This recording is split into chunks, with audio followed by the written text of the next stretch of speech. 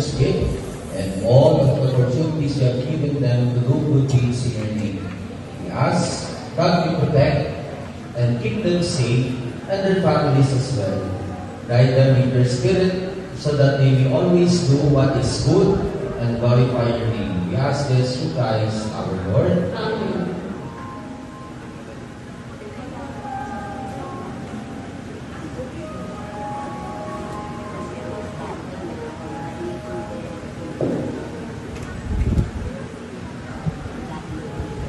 Harap po tayo sa ating mga kasama,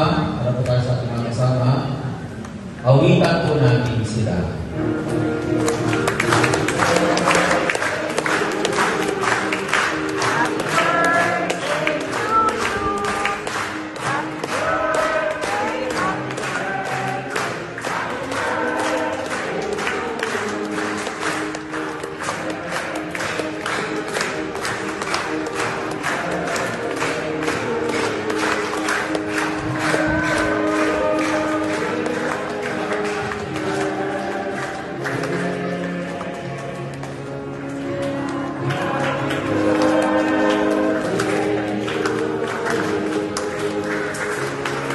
Okay,